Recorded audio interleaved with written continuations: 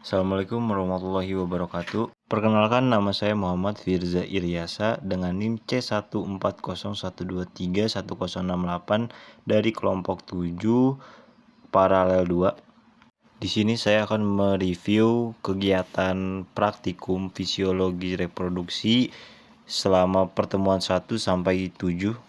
Di sini ada Sufi Mulid dan saya sendiri yaitu Firza, dan ada Zaidan, Azhara, Maulana, dan juga rekan saya satu lagi yaitu Krisna yang tidak tampak di layar ini.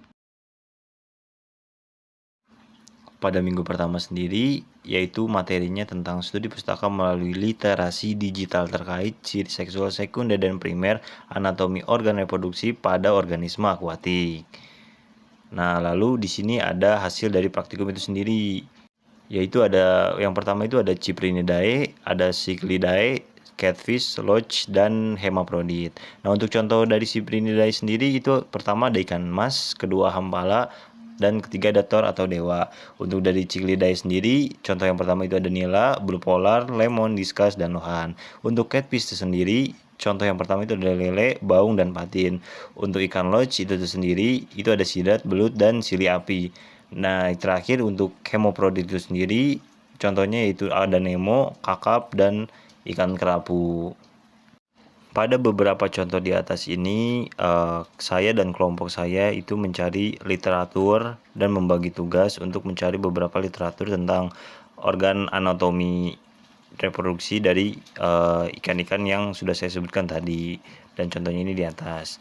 Dan kemudian setelah ini kami membuat laporan tentang bagaimana anatomi organ dari masing-masing ikan yang contohnya di atas ini.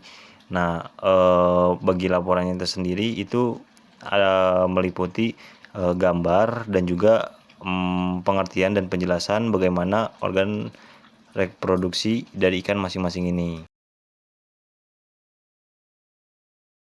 Nah, ini ada contoh ciri seksual primer dari ikan jantan dan ikan betina dari ikan nilem itu sendiri. Nah, untuk ciri primernya sendiri, bagi ikan jantan ini memiliki 2 lubang urogenital, dan untuk betina sendiri memiliki 3 lubang urogenital. Yang dimana fungsinya ini, untuk jantan sendiri itu lubang pertama itu untuk mengeluarkan urin, dan juga untuk lubang kedua ini mengeluarkan feses. Untuk betina ini mungkin memiliki 3 lubang, namun perbedaannya hanya di lubang satunya lagi itu untuk mengeluarkan telur.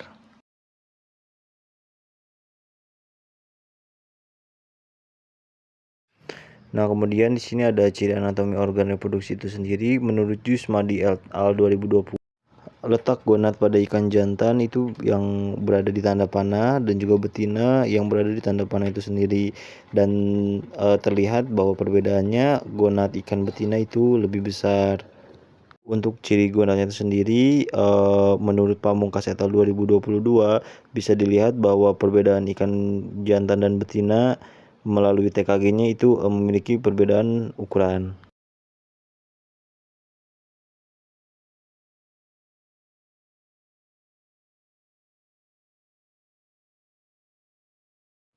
Lalu di sini ada ciri seksual primer dan sekunder dari ikan gabus, bisa dilihat sendiri di sini perbedaannya seperti apa. Tidak kurang jauh dari tadi ikan nilem terkait lubang urogenital dan juga ciri seksual sekundernya.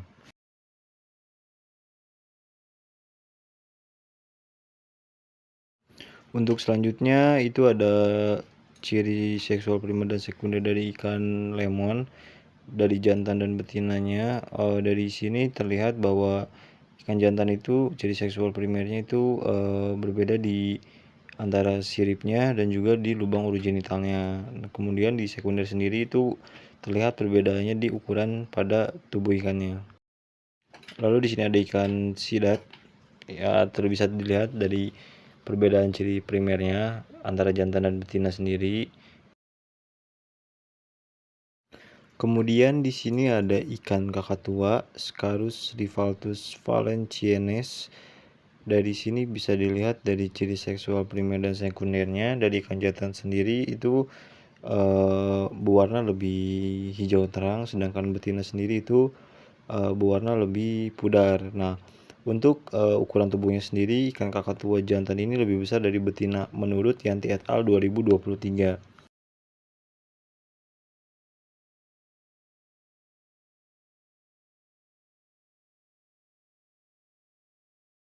Kemudian di sini ada perbedaan dari organ dan gonadnya sendiri, di mana di jantan sendiri itu gonadnya lebih kecil dari gonad betina. Kemudian pada minggu kedua di sini ada materi tentang penjelasan ciri seksual primer dan sekunder, anatomi organ reproduksi pada ikan Teleostei. Pada minggu kedua ini kami melakukan pembedahan pada ikan mas dan juga ikan lele. Dan kemudian nanti di hasilnya sendiri itu kami mendapatkan ikan nila. Kemudian di sini kami mengamati lubang urogenital ikan nila tersebut agar kami mengetahui jenis kelamin dari ikan nila yang kami amati. Dan kebetulan ikan nila yang kami dapatkan itu berjenis kelamin jantan. Lalu di sini kami mengamati organ dalam pada ikan nila ini. Di sini kami mencoba mencari letak gonad pada ikan nila jantan ini. Kemudian di sini bisa dilihat bentuk gonad dan hati pada ikan mas yang kami amati. Kami menduga bahwa gonad yang kami amati ini ber-TKG di angka 3. Dan kemudian kami mendapatkan ikan lele yang dimana kami mengamati ciri jenis kelaminnya terlebih dahulu, dan kami mendapatkan ikan lele berjenis kelamin jantan. Dilihat dari lubang urogenitalnya. Lalu di sini kami mengamati organ untuk melihat di mana letak gonad dari ikan lele yang kami dapatkan ini. Kemudian kami mendapatkan gonad dan hati dari ikan lele tersebut, yang dimana kami menduga gonadnya ini berada di TKG 2. Kemudian ikan kedua kami mendapati ikan nila merah, yang dimana di sini juga kami mengamati ciri jenis kelaminnya dan juga organ dalamnya dan berapa tingkat kematangan gonad dari ikan nila tersebut. Di sini kami mengamati lubang urogenital pada ikan nila untuk melihat apakah jenis kelamin yang kami dapati ini jantan atau betina. Kemudian di sini kami mengamati organ dalam pada ikan nila tersebut, di mana kami mencari letak gonadnya. Lalu kami mendapatkan gonad dari ikan nila dan hati ikan nila. Nah, di sini kami menduga bahwa gonad ikan nila yang kami dapatkan itu ber-TKG 1 ataupun 2, karena melihat dari bentuknya yang masih kecil dan belum optimal. Selanjutnya ini pada minggu ketiga, yaitu ciri seksual primer, sekunder, anatomi organ reproduksi pada ikan Averbrand. Yang pertama ini kami mendapatkan kepiting bakau, di mana kepiting bakau ini yang kami amati adalah lubang urogenitalnya untuk mendapatkan apakah kepiting jantan ataupun betina. Setelah kami amati, lalu kepiting pun kami buka pada bagian organ dalamnya, dan di sini kami bisa melihat bahwa kepiting yang didapatkan ini berjenis kelamin betina dan juga jantan.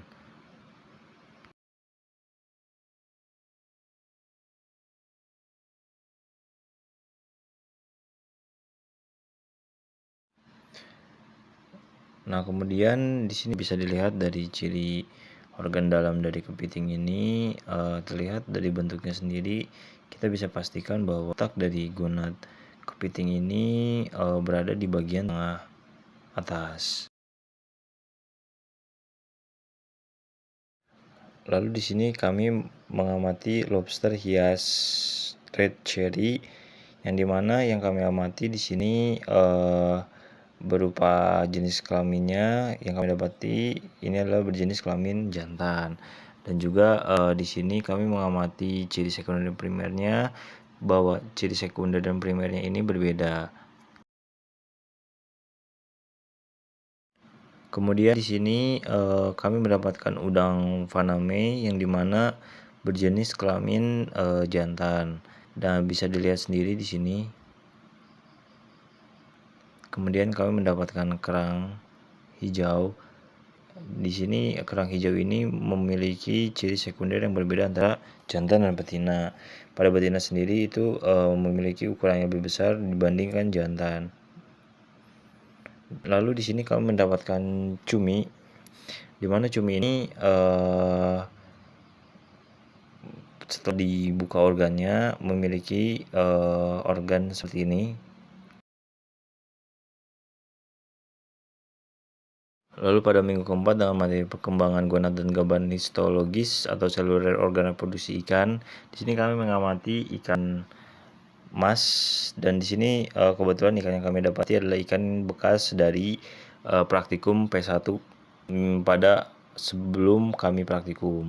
Di sini kami mendapatkan beberapa ikan sudah memiliki tingkat kematangan gonad yang sudah mencapai 4, yang dimana tingkat kematangan gonad pada tingkat 4 ini itu sudah mencapai kematangan gonad yang dimana bisa bereproduksi atau mungkin bisa melakukan reproduksi dengan optimal. Dan kemudian beberapa ikan yang kami dapati juga masih memiliki TKG yang rendah, yaitu di tingkat 1 ataupun 2. Dan itu menjelaskan bahwa pada TKG tersebut ikan belum bisa mengalami pembuahan secara optimal. Lalu di beberapa ikan juga yang kami dapati, ikan lele betina, ikan mas betina itu sudah mencapai ukuran yang besar. Tapi ada satu ikan yang dimana itu organnya sudah berantakan dan kami tidak bisa mengidentifikasi berapa tingkat kematangan gonad dari ikan tersebut.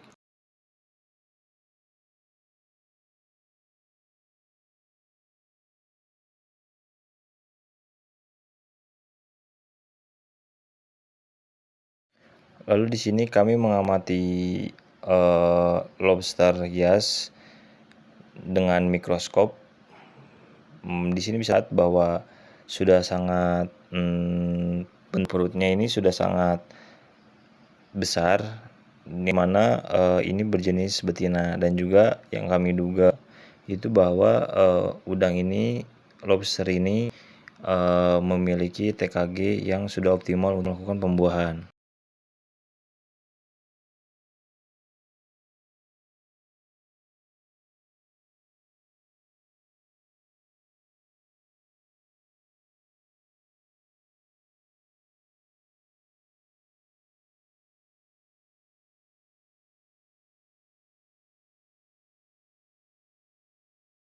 Selanjutnya pada praktikum minggu kelima yaitu perkembangan gonad dan gambaran histologi atau seluler organ reproduksi pada ikan.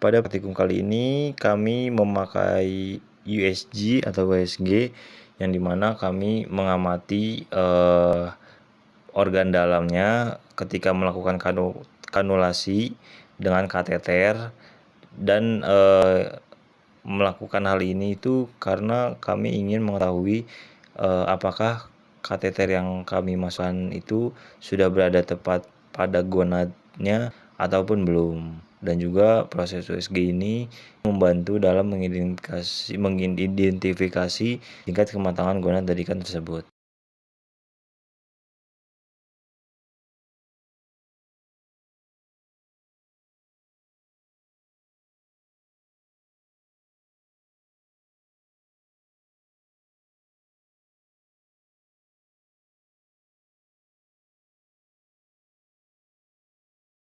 Di sini bisa terlihat bahwa USG ini sangat membantu dalam identifikasi gonad pada ikan.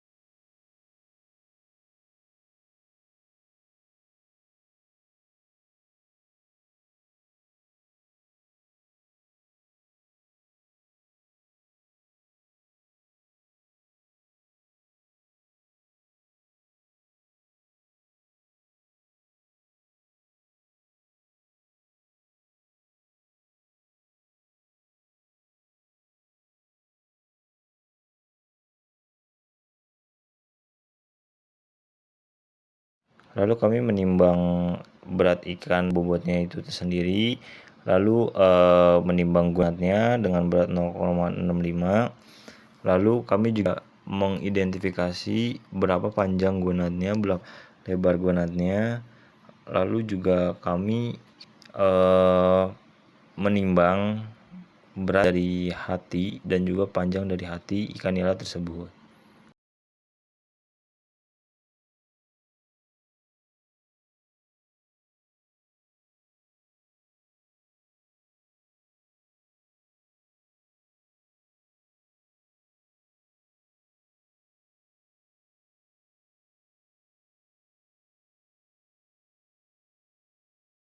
Di sini juga kami menimbang ikan lele yang kami dapat agar kami ketahui berapa bobotnya.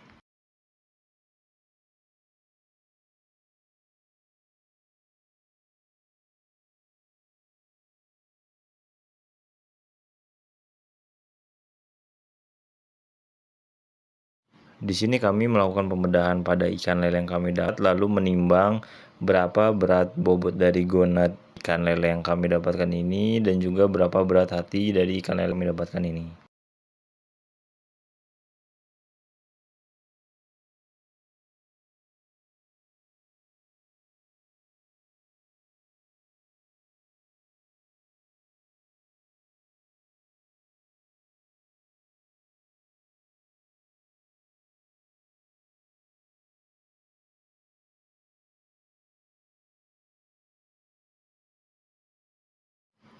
Lalu pada praktikum minggu ke-6 yaitu sebaran diameter telur dan fekunditas induk. Yang dimana pada minggu ini kami melakukan identifikasi diameter telur dan menghitung berapa fekunditas induk yang kami dapatkan.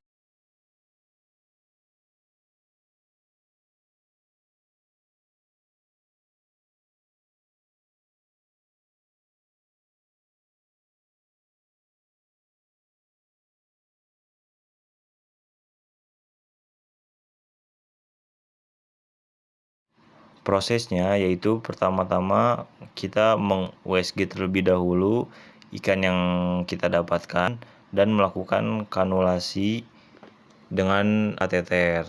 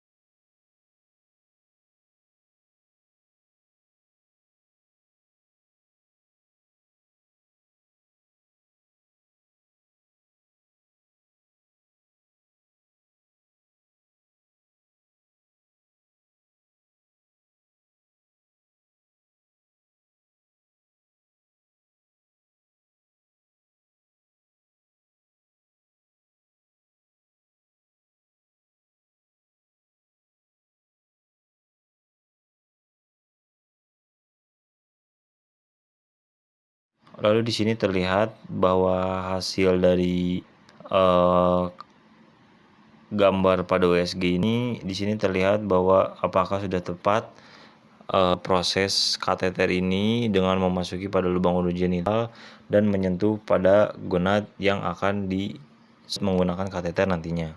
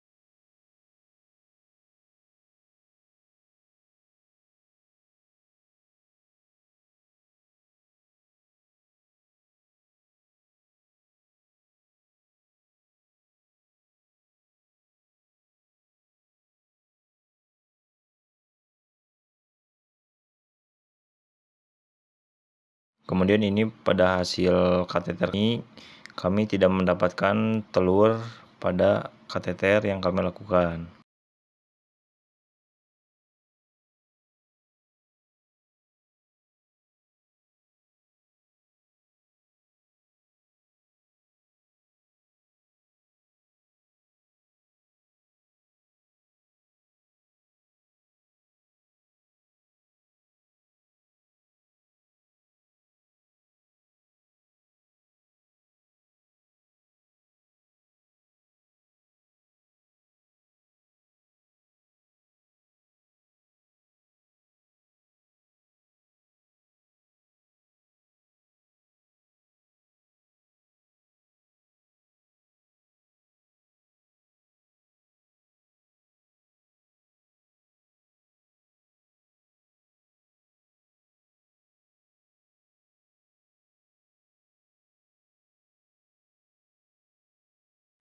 Karena di sini kami tidak mendapatkan telur, kami langsung menimbang ikan nila dan juga langsung membedah ikan nila tersebut untuk melihat apakah tingkat kematangan ikan nila ini sudah mencapai tingkat optimal atau belum.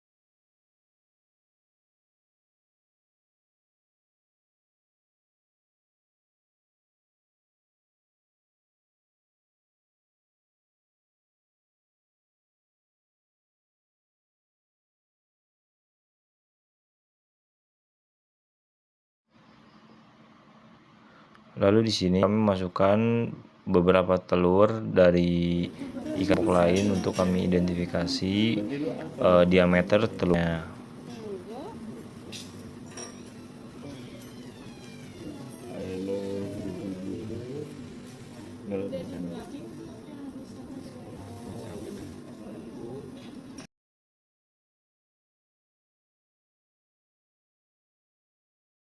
Di sini kami menghitung berapa telur yang kami dapatkan agar kami dapat mengetahui tingkat fekunditas pada induk yang akan kami teliti Satu.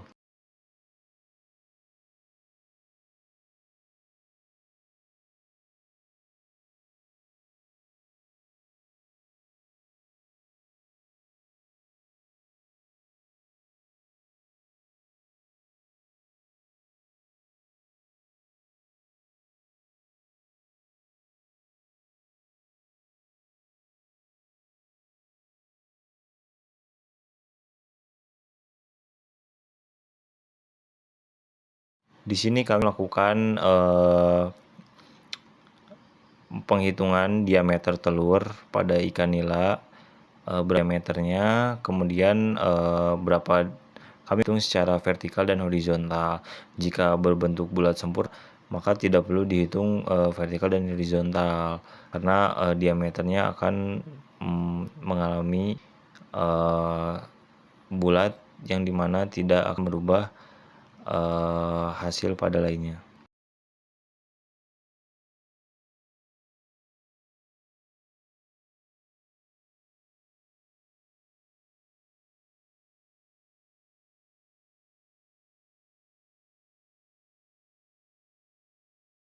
Pada minggu ke ini kami melakukan olah data sebaran diameter telur dan fekunitas induk yang kami lakukan di praktikum minggu ke-6.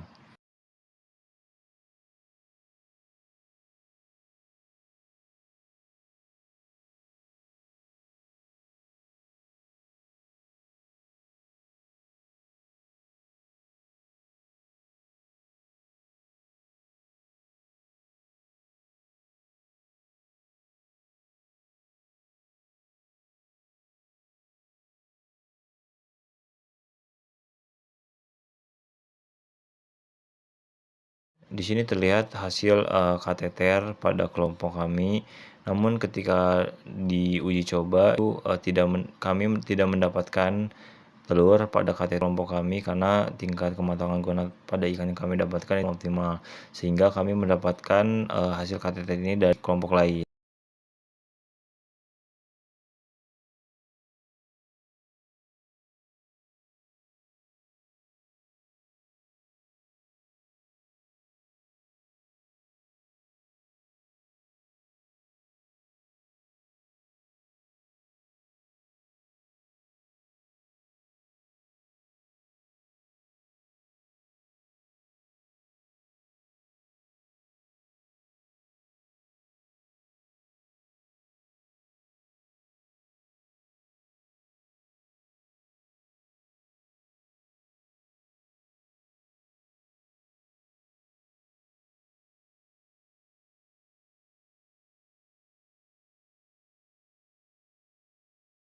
Lalu di sini dapat dilihat pada perhitungan telur, diameter telur dari gonad. Di sini kami membagi jadi dari 3 posisi, yaitu anterior pada depan, tengah pada tengah, posterior pada belakang gonad.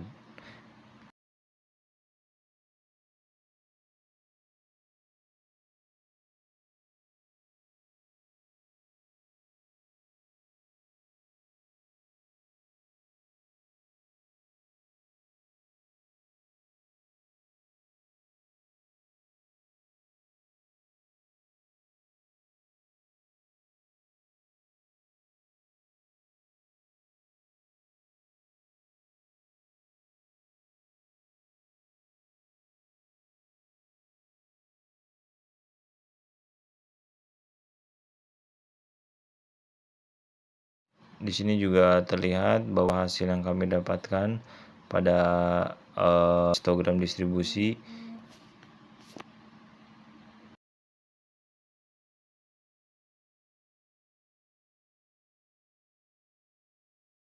ini merupakan literatur yang kami gunakan dalam mengamati praktikum selama 7 minggu ini.